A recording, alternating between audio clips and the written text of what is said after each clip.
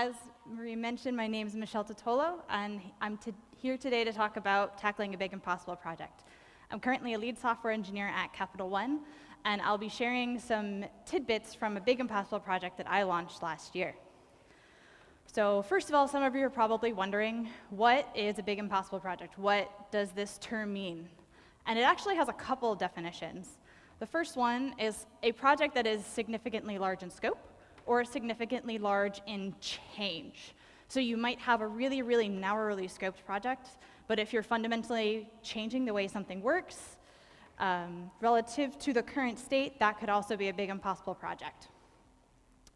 A big impossible project can be building a brand new product, ground up, first time you're doing it, or it can be part of an existing product. And the most important thing to remember is these projects can be intentional, which are a little bit easier because you know what you're getting yourself into, or they can be unintentional. So someone says, wouldn't it be great if? And then the small little thing you thought snowballs and becomes this giant hairy monster. So there are three key things to keep it track of, and I only have a 10-minute slot, so I'm gonna go a little fast, when you're working in a big impossible project to help you have it successful. First one is knowing your definition of done. Second one is managing your dependencies. And lastly is being transparent. So definition of done. Most of you probably know what this is from a project management perspective, and most teams do too. So teams are really great at defining what done is in terms of a Jira ticket, in terms of a GitHub issue. But when you're working on a big impossible project, you need that, because as teams go, they need to be able to track progress. But you also need to know, what does your project mean when it is done? What is the goal, the end result of this big thing you're doing? And the funny thing about big impossible projects is the end result starts kind of fuzzy. You're like, well, we would really like to be able to have something that looks kind of like that.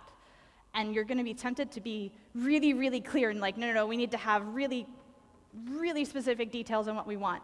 But it's actually good when it's fuzzy, and I'll get to that in a second. For new products, this is usually some sort of MVP. You have wireframes, you have product requirements, you have all of these things. For existing products, this tends to end up being giant lists, because even though you might start out with a really nice way of showing your MVP, as a product evolves, you end up just kind of having giant lists.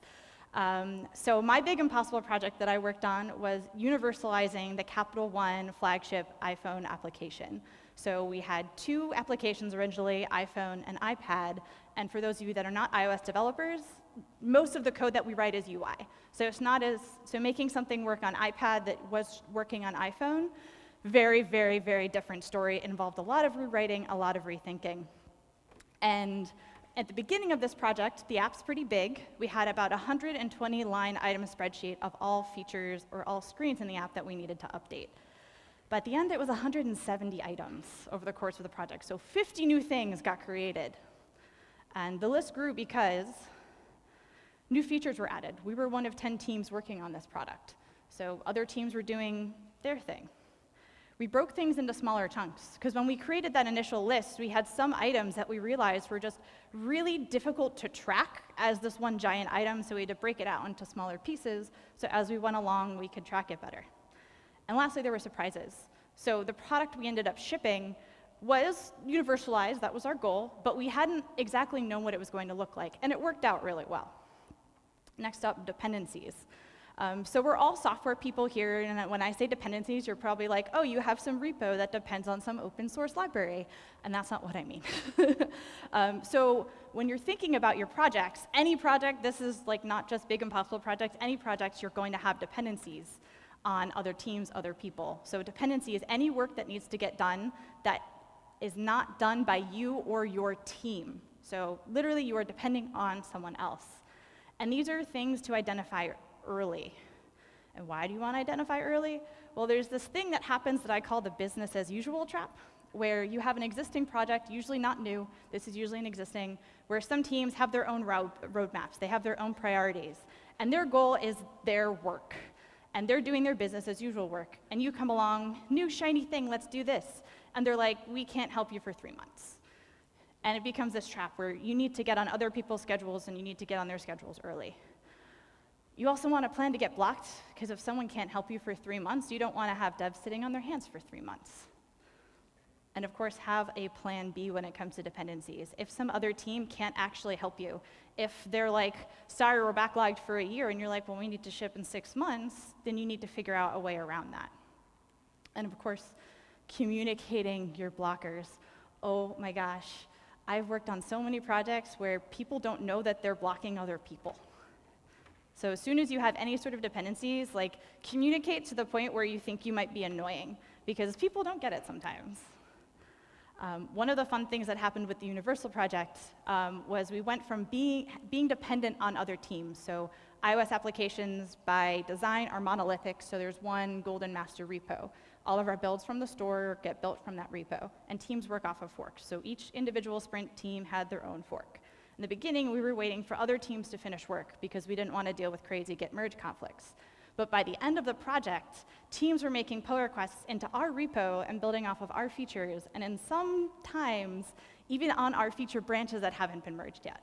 Just because they wanted to get in on the cool new stuff as soon as possible. It required a lot of coordination, but at the end, because everyone else started getting ownership of this project as we were going along, they felt a lot better and a lot more comfortable with the project when we finally finished.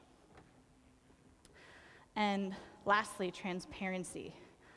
It's hard to tell you how important it is to make it easy for other people to see how you're doing. For the Universal project, we had nightly builds. Anyone who worked on the Capital One iOS app could download a build every single day and see what we had fixed, see what we had finished, see what we hadn't touched yet. We also had open Jira boards. So someone could go into our board, see the tickets we were actively working on. They could go into our team's fork, look at our pull requests, see what the status of the different pull requests are. At every point in the process, someone from another team could just hop in to these well-known places and just see what we were doing. And why is this so important? Well, first of all, you have fewer meetings.